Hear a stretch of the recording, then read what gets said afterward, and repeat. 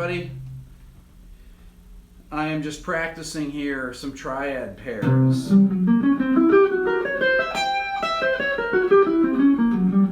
many of you know what triad pairs are?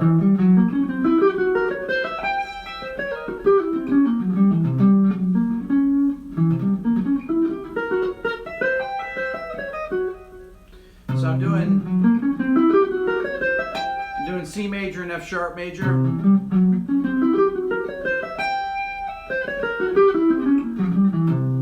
These two triads come from a couple different scales. One of them being C sharp altered dominant, the other one being C dominant diminished.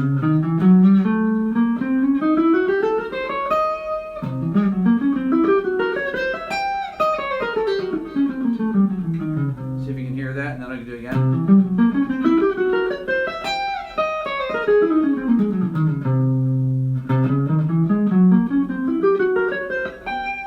But those two triads come in, actually, you have F sharp major in C dominant diminished, but you actually don't have F sharp major in C altered dominant, because you have C augmented or you have C diminished. But in the dominant diminished scale, you have those triad pairs.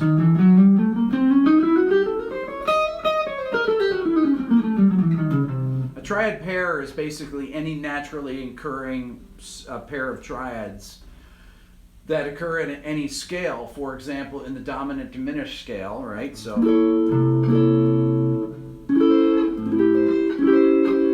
if I'm doing C dominant diminished or C half whole diminished, I have a series of triads. So I did this. So I have A flat major, F sharp major, E flat major. So anything that moves, so C major, A flat major, F sharp major, and E flat major. Those are triad pairs. Any two could be a triad pair. So if I'm going from A major to F sharp major, that would be a series of triad pairs that you could practice. So you could go, if you wanted to. So I did A major, F sharp major, then I'd say, okay, where's the closest A to this? And I would go down there. And then I'd say, okay, where do I go there? And then I would go back up. And try and find the half-step relationships, if there are any, between them. So that would be, if I played this chord, let's say I had a C7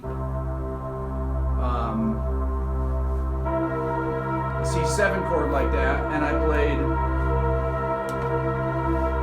don't know if I can do this here because I can't really hold this. Hold on, let me see if I can do this here. I have to put my foot up here. Hold on, I'm gonna move over here a little bit. Aaron, you got that? Yeah. It's a little tricky to hold the pedal and do this here. So let's say I take this E flat or C7 chord. So I'm going to do, and I'm going to play F sharp, A major, and F sharp major.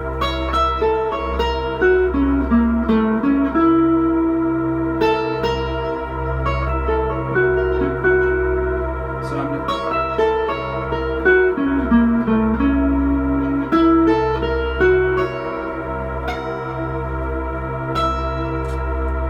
so any of these triad pairs that will work are things that are worth practicing. For example, whole step triads are really effective in practicing because they occur both in the melodic minor scale and they occur in the major scale. So if I'm playing a C altered, I've got an A flat major and a G flat major. Because both of those triads are in the altered scale.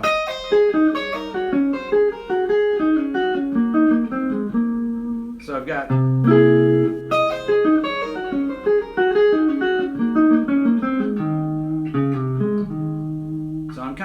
alternating between those.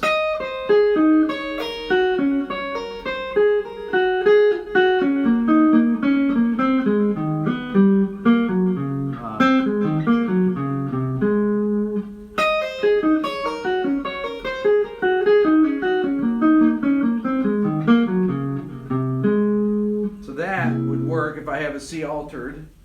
Let me turn this down a little bit. If I'm playing once again, see if I can do this here. A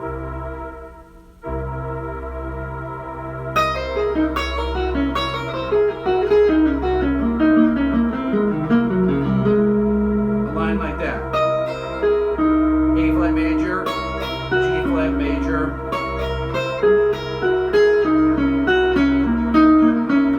Now I'm really just going between the notes in those two triads.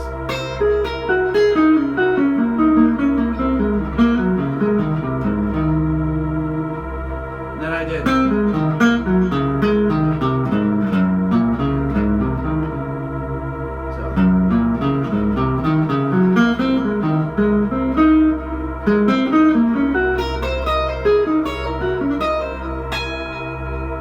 So here.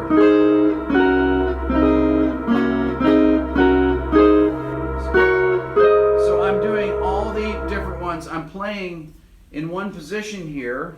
Start here. I mean, on one set of three strings. A flat, G flat, A flat, G flat. Then I can go into the inner strings to here. That would be the same as here, right? So.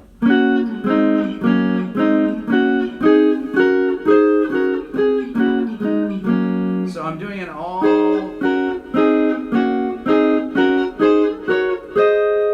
Okay. Inner strings. Go to the next set of strings. This is where it gets tricky, is when you go into the inner strings. Then you're like, where do I go here? You go to here. Then you go to the thirds of the chord. So you're like, okay, I got B flat. So I go here.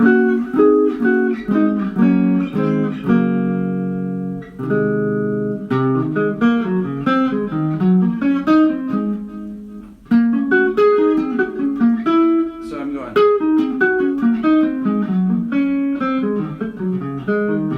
Really tricky to play by moving vertically like that, but.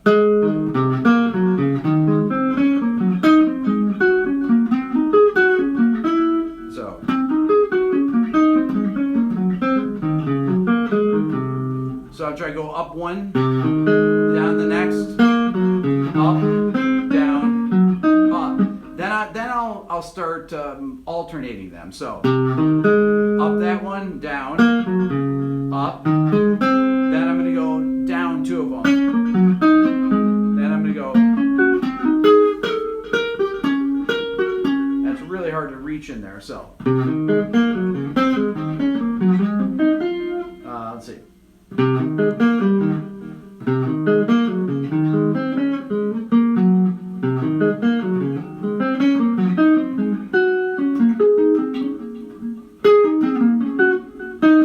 Tricky. What's tricky is some of the interval jumps, because there's a big minor third in there. Those are pretty easy. Then here.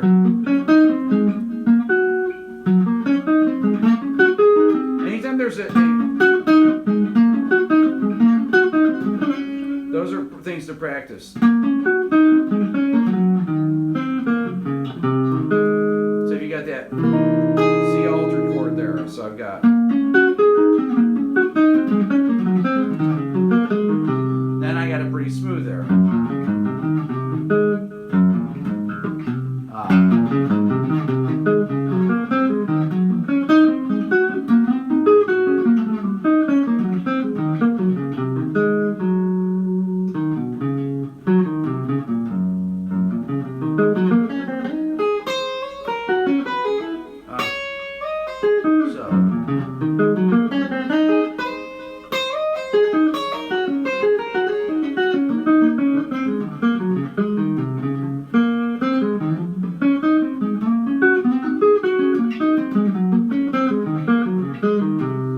by practicing these things like that and knowing where the notes are. If you're improvising over, if you're doing a minor two, let's say you're doing a 2-5-1 in F. So I got G minor 7, Dorian, or even minor pentatonic.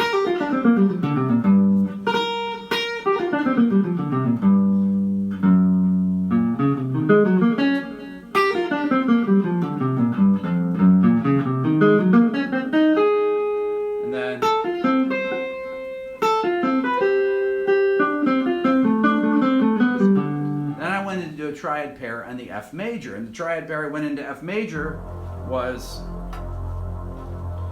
F and G.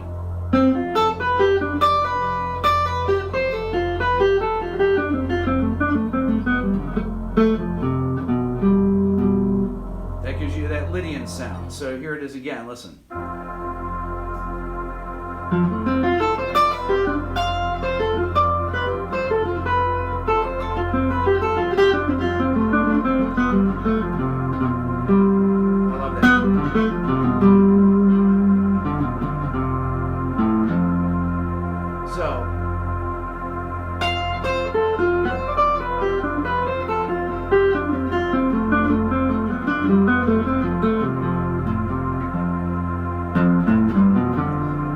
F major, G.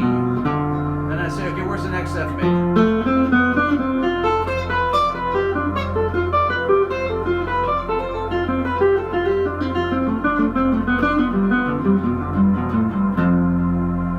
Once again, so that's a series of triad pairs on F major. Well, you can do triad pairs a whole step apart on G minor as well. So I'm saying, like, okay, well, what scale am I coming from?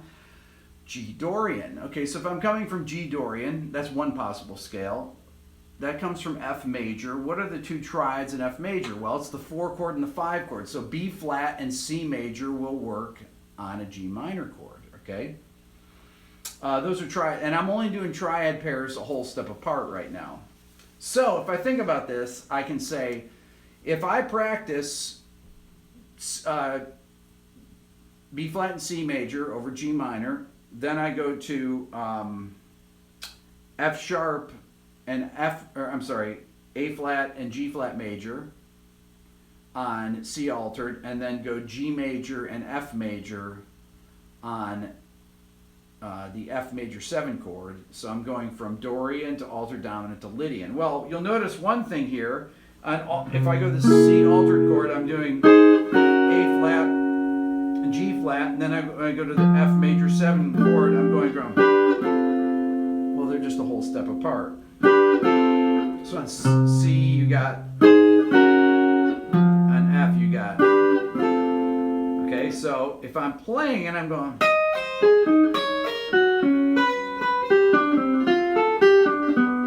so I did it. Let's say I've got a G minor 7. I'm going.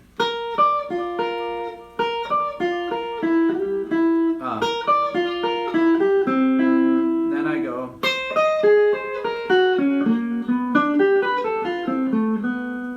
So that would be kind of a 2-5 line. It's hard to hear without the chords, but so that's my G minor. And then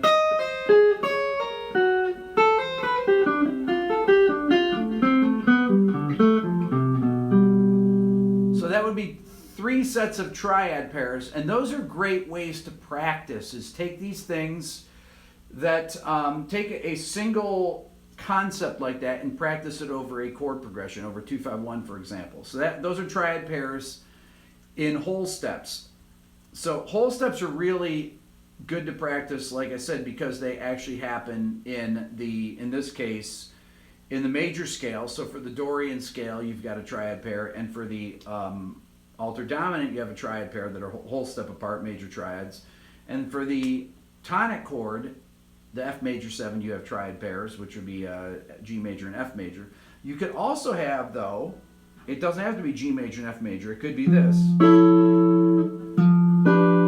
Could be A major and G major, okay? In that case, then you go in F,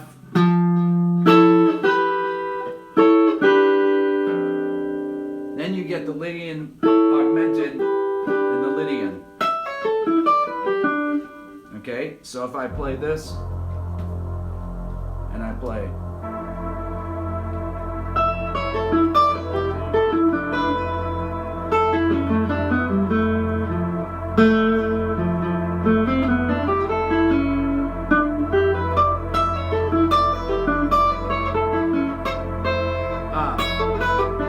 That's nice.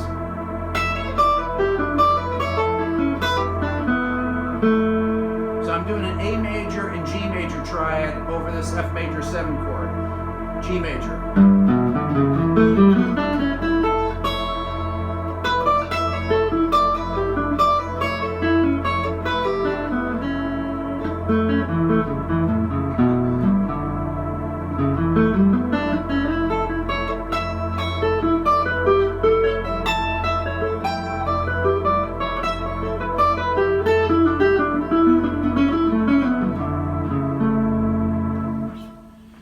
Really cool sound too. So that's even more modern. So if I take those two triads, A and G over F, that's a half step above the altered one for C, and then I did.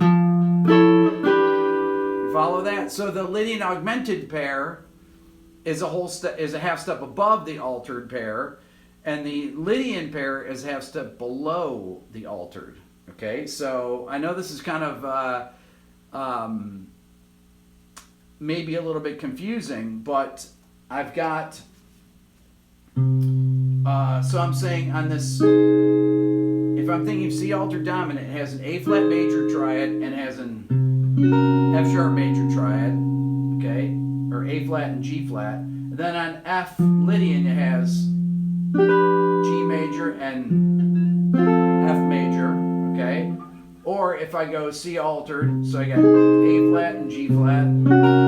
Then on F Lydian augmented, I have A major and G major. So instead of going,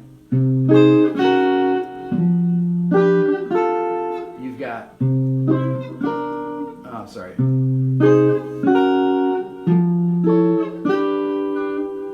So that's a real great thing to practice if you're going to do these things. Find pairs of triads that actually are from scales. Anything from the dominant diminished that are minor thirds apart, major chords, minor chords, Lydian triads are all minor thirds apart in the altered dominant scale. So you could actually go, in the dominant diminished scale. So you could actually go, instead of going from A major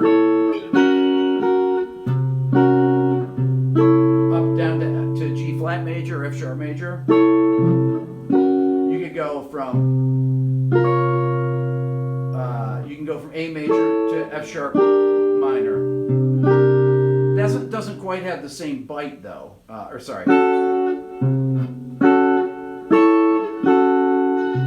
hard to reach that root there. Let me do it like this. There we go. Or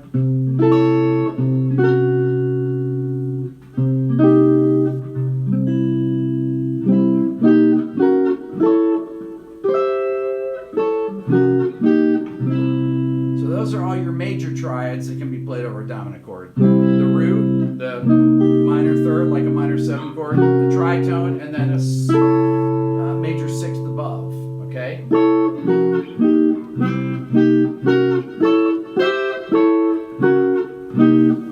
That's something to practice actually figure them. And you can do a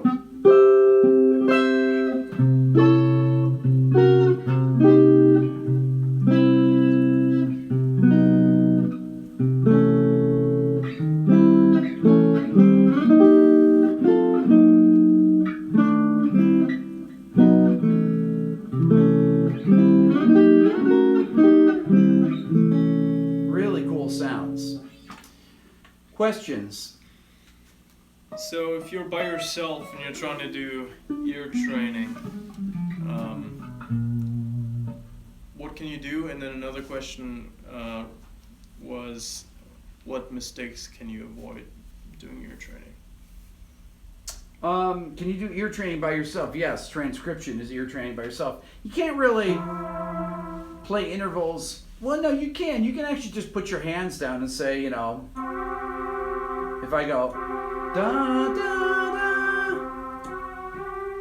da, you put your hands down and try and sing any chord that you lay your hands down on. Try and sing whatever the note combination is. That would be one way of practicing ear training, but really transcription is the best way of practicing ear training. Once again, I just had this conversation before I went on here that ear training and transcription is not about writing things down. Writing things down is helpful, but if you're over 30 years old, I wouldn't bother writing anything down. I would just bother learning the stuff to memorize and play. But I wouldn't spend years on it. I would find only phrases that you like and try and incorporate them in your playing. So you may only take a chorus out of a tune, but that one chorus is you should find something that you don't recognize. Anytime you hear something that you don't recognize, you should sit down and figure it out. Say, oh, what is it? I've never heard that before. I don't know what that is. Those are things. Anything that you like the sound of, you should figure out. There's, if any of you guys know Keith Jarrett's All the Things You Are from the first Standards record, I was pretty dismayed to see how few people actually know Keith Jarrett anymore from from my video on him. People are like, I've never even heard this tune before. And then I realized that it was, it's actually, they had left it out of the CD version and it was only on the LP, but it is on iTunes, from the Bremen Lausanne concert from 1973. It's an hour and 4-minute improv that there's a great thing that I played at 34 minutes or so. But Keith Jarrett, during his All the Things You Are solo, which is phenomenal, that is something to be studied, plays some incredibly great phrases, many of them that should be transcribed on any instrument that you play. If you're a sax player, if you're a guitar player, figure these things out. This is really worth figuring out. If you want to play, if you're a rock player, Alan Holdsworth solos may be unfigure-outable, if that's a word. But there are other people that you can learn, whose solos you can learn, that are, if you can learn Holdsworth solos, that is great. I would say yes, figure them out. But even if it's just a phrase or two, even if it's a voicing, something, anything that you don't recognize, figure out. And don't worry about if it's not on your instrument or not. You should always be working on stuff that's not on your instrument. Work on stuff that's on your instrument, but try and don't limit it to that. Aaron, what was the other question? Is there any mistakes to avoid when doing ear when doing ear training? Yeah. Mistakes to avoid. I would just say that anytime that you're transcribing, really anything that you hear, if you don't immediately know what it is, you need to figure it out. If it's a line, if it's a melodic line, the Kenny Barron video. I'm going to tell you some of my videos that you should check out. There's a video called Kenny Barron, Brad Melda, Iden Essen. You should check out that video. It had very few, compared to my other videos, very few views, but yet it's packed with information. And one of the things in the first lick that's on there, I have 3 transcribed lines, and it's part of my transcription, my PDF that I have out on my website. I've got a PDF book that's like 70 pages long of some of the lessons with some of the transcriptions, these being one of them. Kenny Barron is playing an F blues, and in about the 4th chorus he hits an F, and then he launches into an E add 9 arpeggio.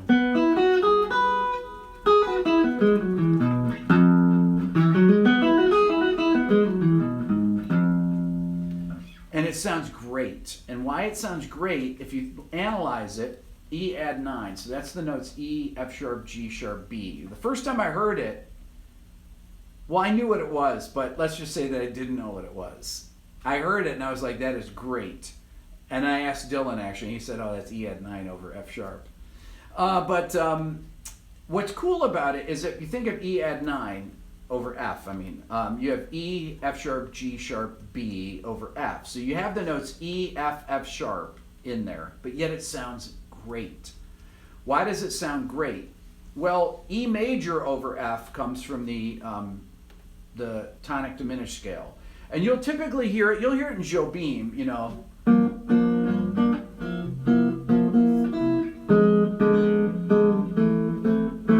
You'll hear it in like Girl from Ipanema or one of the tunes. It's a very common to use a Lydian augmented and resolve that, not Lydian augmented, I'm sorry, the tonic diminished. So E major over F to F major 7. So, you know.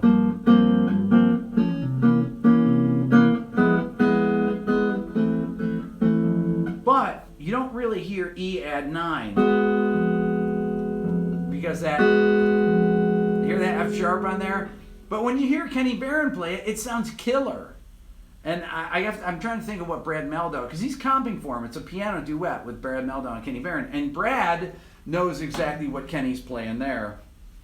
Kenny kind of cooks him on that too. Now Brad's young there, but Kenny kind of really is bopping hard. You should check it out. It's on YouTube. Look at the two of them. It's from 1999. And Kenny, I love what and I'm a big fan of Brad, but Brad is a little bit out of his element on this, especially on a blues. Kenny kind of buries him a little bit. He's just playing everything. Although Brad does some really cool add 9 triads that are whole step apart. You'll hear him. And Brad's rhythmic ideas on here are really good. And then the third thing on there is this Aiden Essen transcription of a lesson that he taught where he's playing over an F pedal note. And he plays all these, he does this thing called modal mixture. I have a video on modal mixture that you guys should watch. Go look up Rick Beato modal mixture. What modal mixture is when you're changing modes every couple beats over the same chord. So let's say you've got an F major chord. Well, there are multiple scales that can be played over F major, or multiple sounds, or arpeggios even. F major pentatonic, right? You can play. You can play F major. You can play F Lydian.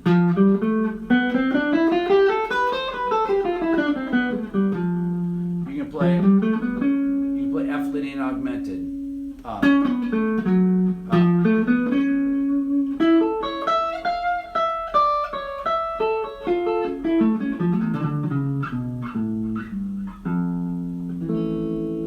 You can play E major over F, right? I can go like, okay, that would be a bitonal arpeggio. I played an F in the bass, then I went right into E major.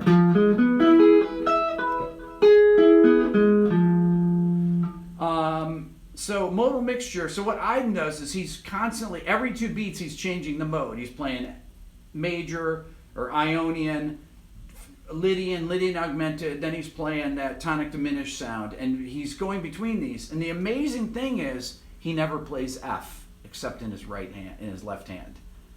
He's playing all these lines. What note does he avoid? He avoids F. He doesn't avoid it, he just doesn't play it because it's already being played in his other hand. That's super sophisticated, but you should take that and learn it. If you play any instrument, you should learn these 3 lines. The Brad Meldau thing is incredible. It's from one of his, it's from a live performance I got off YouTube. It's one of the best solos I've ever heard him play. It's unbelievable. It's on Annie's Bittersweet Cake, I think it's called. It's one of his tunes. He's playing with Pat Metheny on the concert, but he's playing by himself, and it's a smokin'. It's the best playing I've ever heard him do. It's from 2007. So those 3 things, learn those lines. They're great, and it'll teach you a lot. So, since we're talking about triads before, have you ever explored George Garzone's triadic chromatic approach? Yes. I have. Is that George? George, what's up? It's actually George on that, right? I don't know. I have I love George's playing. As a matter of fact, I have some bootlegs of George playing from the '80s that I recorded at the Willow Jazz Club with his old band, who was John Lockwood and Bruce Gertz, or no, John Lockwood and who was his band? The Fringe. That was his band, The Fringe. I went to see them play, and George. I have a recording of George where he's playing on a Softly as a Morning Sunrise, which is a standard, and he literally takes a 15-minute solo. I mean, it's unbelievable how long it goes on. And so I definitely have checked out his triad approach more than I'd like. And I love George, but he never stops playing, ever. And George, if it's you, I hope you've shortened your solos since the 80s. I'm sure that you have. Where do you get the wind? I can't even fathom it. For those of you guys don't know George Garzone, there's actually a couple sax players from Boston that are. I'm not sure if George. I think he's still living in Boston. This guy. Okay. Jerry Bergonzi and George Garzone, who are very good friends, and they're both phenomenal players, both sax players that you guys should check out if you haven't heard them. They're really, really great players, super adventuresome players. They have great concepts. Jerry was a contemporary of Charlie Banakis. I don't know if you guys have ever heard that name. Charlie was a guru around Boston, and I believe that George actually studied with Charlie. So the triad concepts are probably, I don't know if that's the case, but I think that that's the case. And I know that Jerry Bergonzi grew up with Charlie. I'm pretty sure about that. So these concepts may be Charlie concepts, actually. So that's a name that you should know. Charlie Banakis died about 10 years ago or so, and he was a really famous institution around Boston, ear training guy and improvising teacher,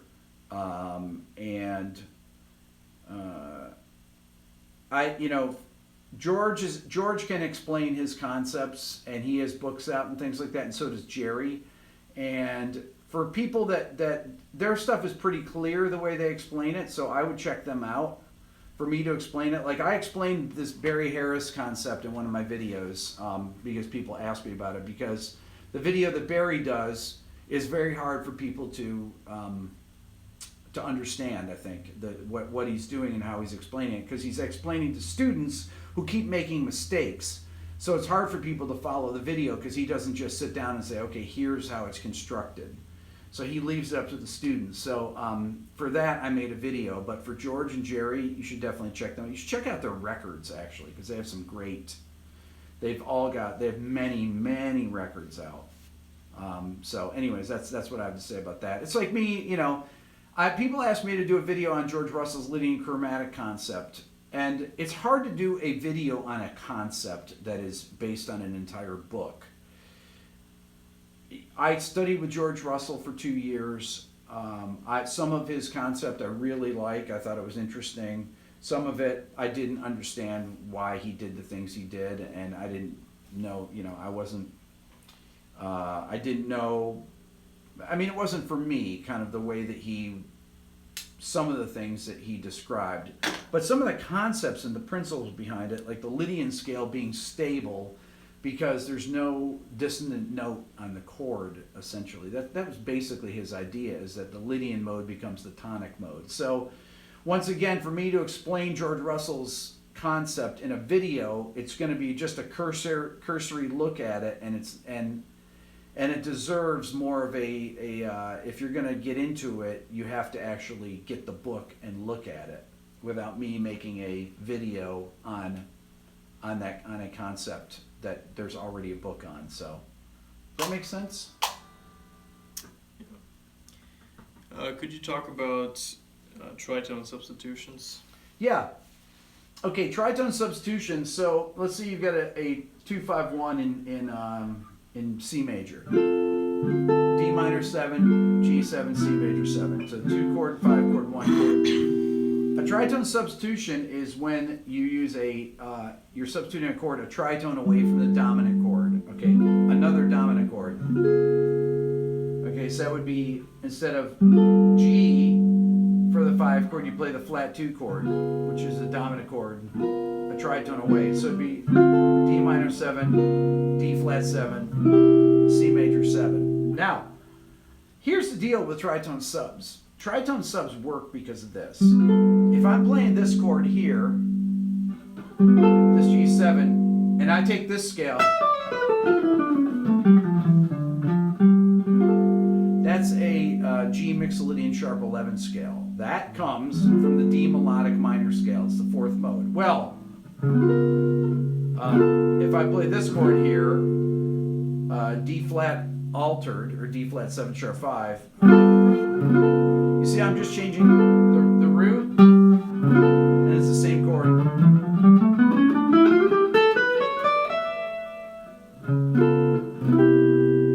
Okay, so those chords are related in that way. But if I played G7 sharp 9 and I did D flat 13, I'm just changing the root again. All the rest of the notes stay the same, and that.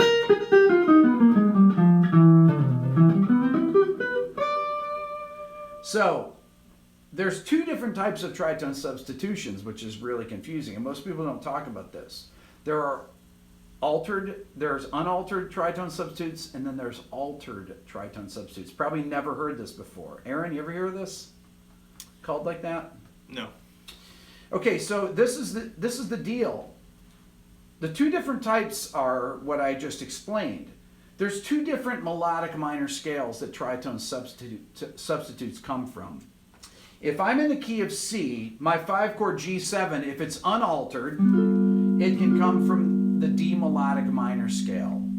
And this tritone substitute, which is a dominant chord, where I've just taken the root, all the 3 notes, these 3 notes are the same, okay? B, F, A, and if I put D flat in the bass, it becomes a D flat 7 sharp 5, okay? And then result is C major 7. So D melodic minor produces G Mixolydian sharp 11 and D flat altered dominant. That's called an altered, or unaltered, I call that an unaltered tritone substitute, okay? Because it doesn't have the tension notes. Because this chord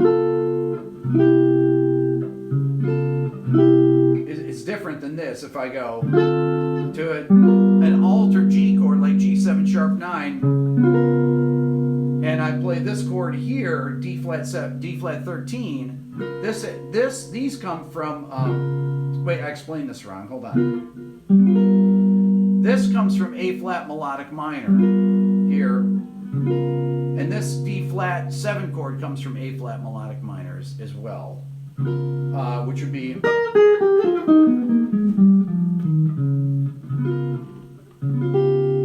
So there's 2 different melodic minor scales that are a tritone apart that produce 2 different tritone substitutes, one altered and one unaltered.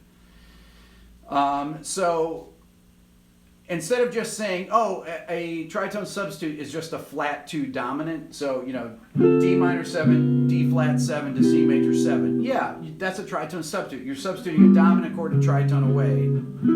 But really, there are 2 different scales that tritone substitutes come from that produce 2 different types of chords, okay?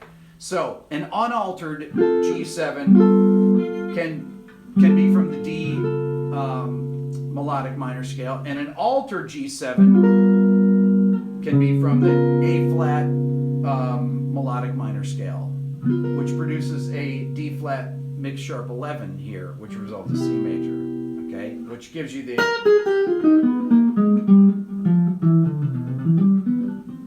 you all the altered notes leading to C. Okay, so those are that's actually confusing, and most people don't even think about this, that there are these 2 different types. Now, typically in bebop, West Montgomery, for example, what you'd have is sometimes if you have a classic use of a tritone substitute is if you have a 1 chord or a 1 chord per bar thing. I'm going to go up on the whiteboard here, Aaron. I'm going to shift here so I can show you guys this. And I'm going to take my thing here, and Aaron is going to turn it towards the board. So, if I have one chord apiece, I got D minor 7, G7, C major 7. Now, a tritone substitute could work here as a D flat 7, okay? That's a tritone sub, because it's a tritone away from this G7 chord. And it's a half step above C, so you'd call it a flat 2 dominant chord, okay? That's a traditional tritone sub. Well, this can also be a 2-5, okay? So you say, okay, I could go F sharp minor 7 to C sharp 7. C sharp, D flat doesn't matter. I could go G flat minor 7 I'm sorry, G sharp minor 7 to C sharp 7. So this would be a 2-5. That's actually confusing. Let me go A flat minor 7 to D flat 7. That's better. That's easier to comprehend. So you could go D minor 7, G7 in this bar, and in this bar you're substituting a 2-5, a tritone away. This chord is a tritone away from here. That's your tritone sub. So you're 2ing the 5.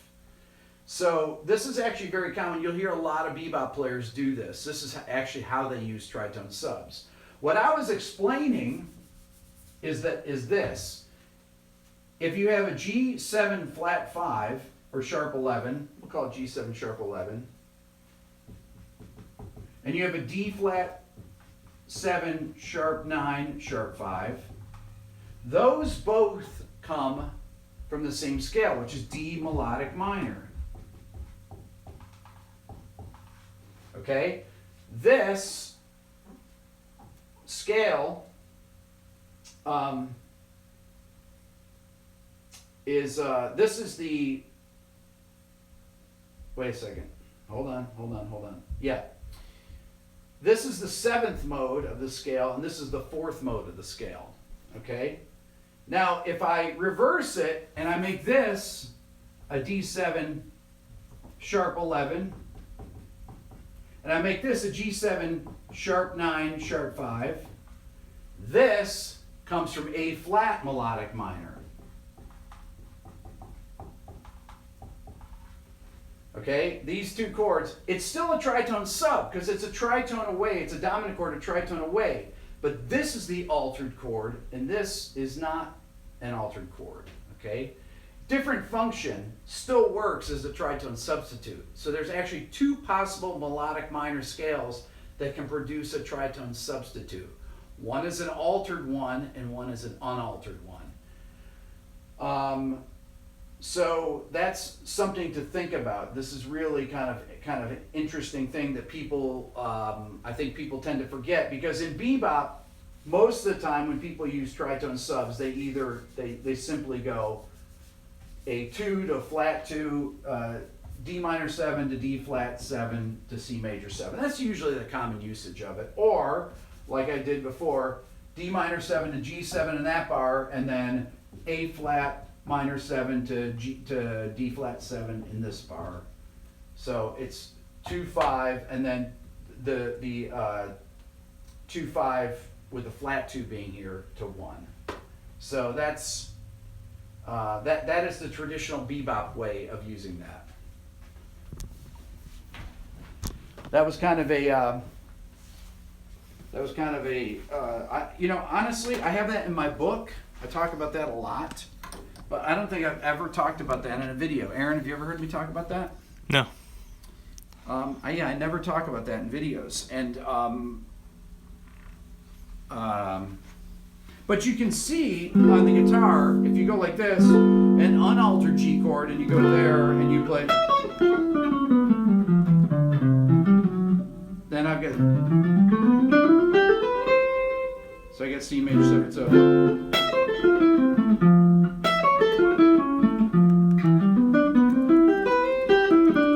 that's where I went, ba, ba, ba, ba, ba, ba, ba, ba. Or if I go, So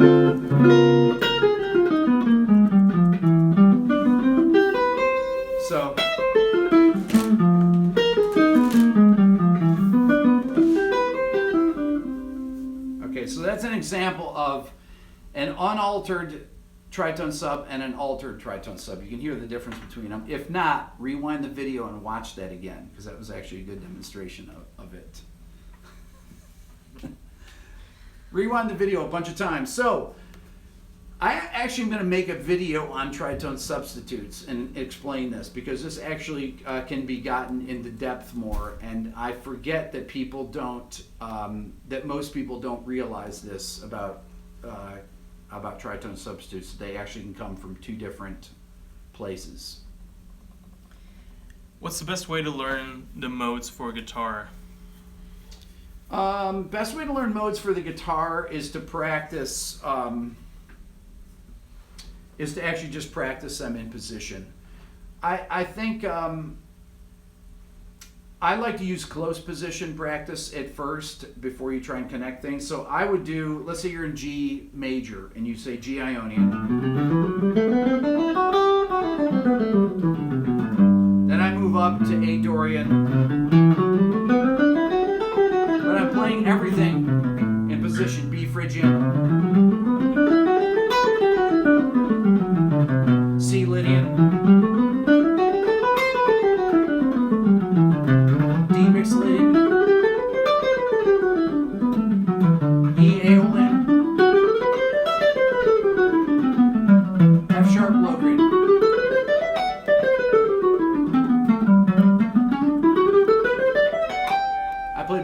Note in there. Can you tell me what it was?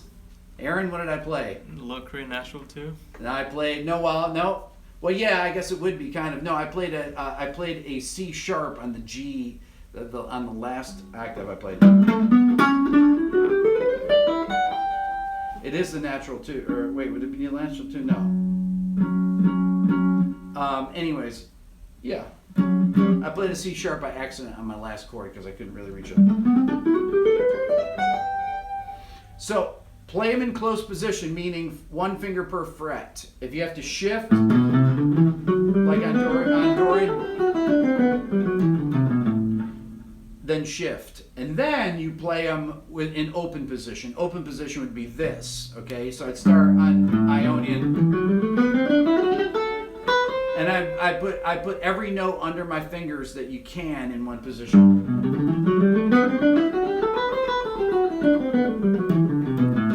Then I go.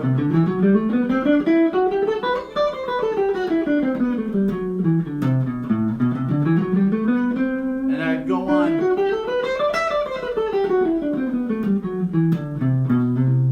And I would go on like that in extended position, meaning where my hand is open and I'm basing all the modes off my index finger. So it'd be, and I do that in every key. And then after you do that, then you start mixing and matching.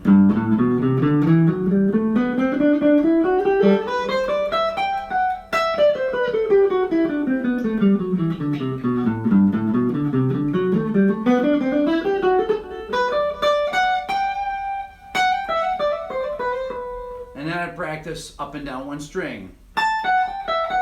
Or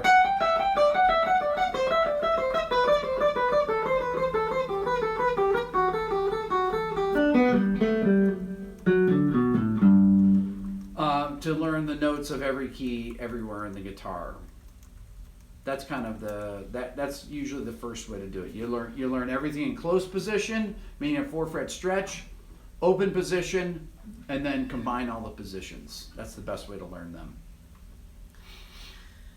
And then we had another question in the poll that I just did. Yep. 10 votes.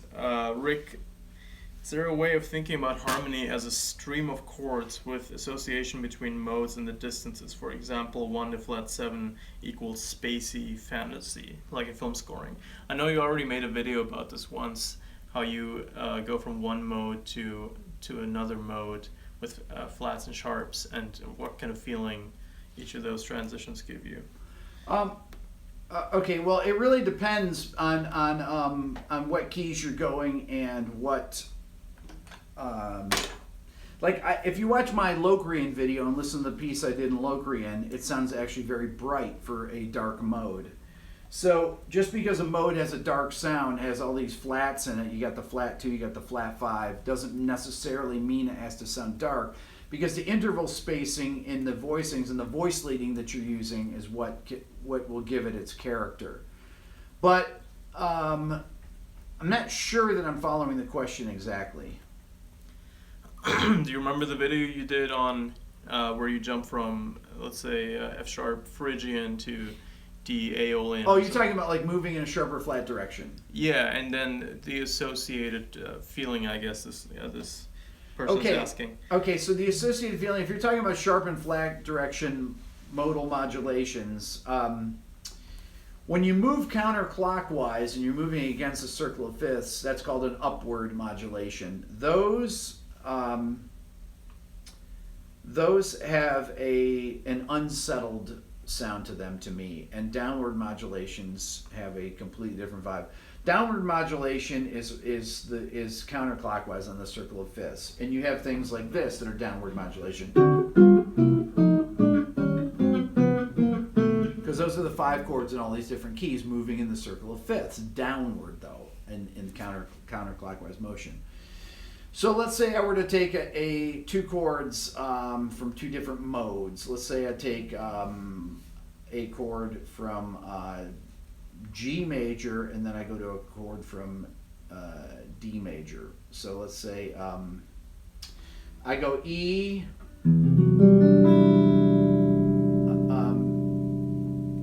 if I go from E Aeolian to A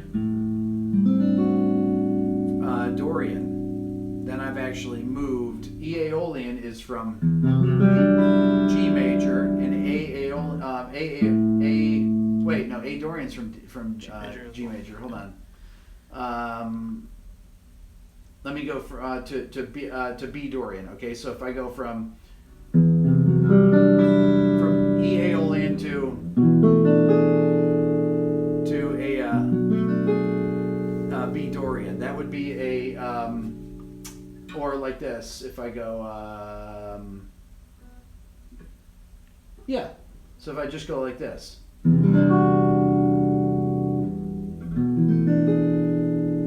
that would be an upward modulation. So I've gone, so this key has G natural in it, this E Aeolian, right? It's from G major, and then I went to B Dorian, which is from A major. So I've moved 2 keys in a sharp direction. That is an upward modulation, and it has an unsettled feeling. Hold on. Let me get my pick here so you can hear it better.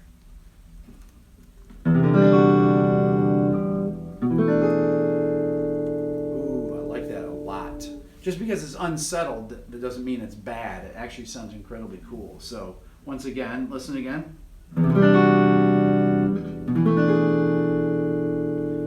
If I went in the flat direction, if I went from E Aeolian to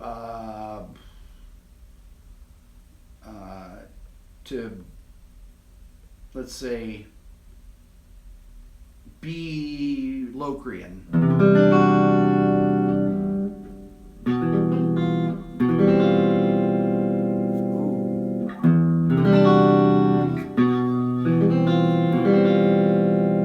I could do this.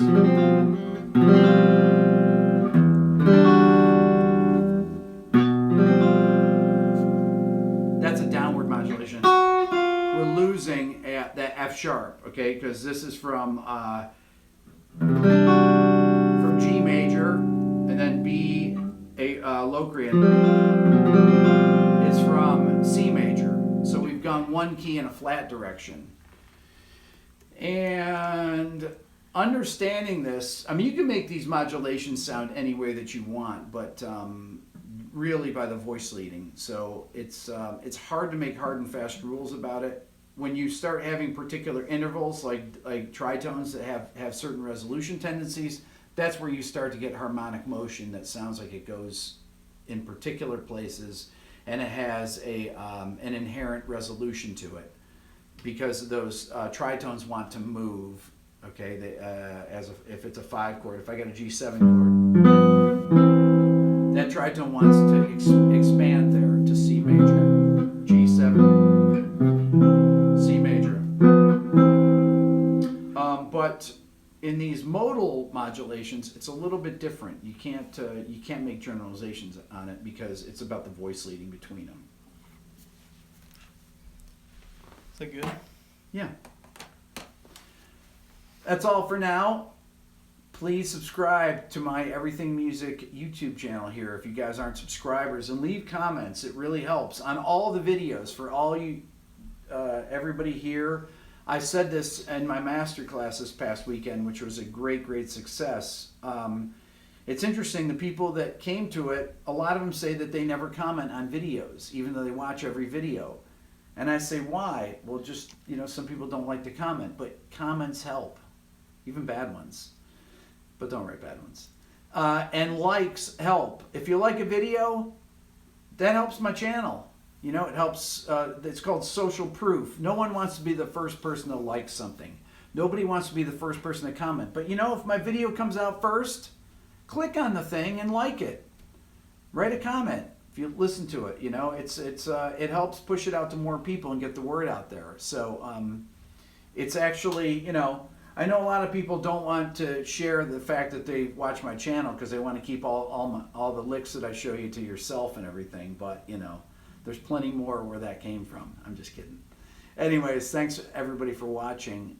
Check out my newest video today that just came out today about ultra mega arpeggios. That was a joke. There was one comment in there that the guy didn't realize that, Steven, I think his name was, didn't realize that I was, that it's always the bigger, better deal.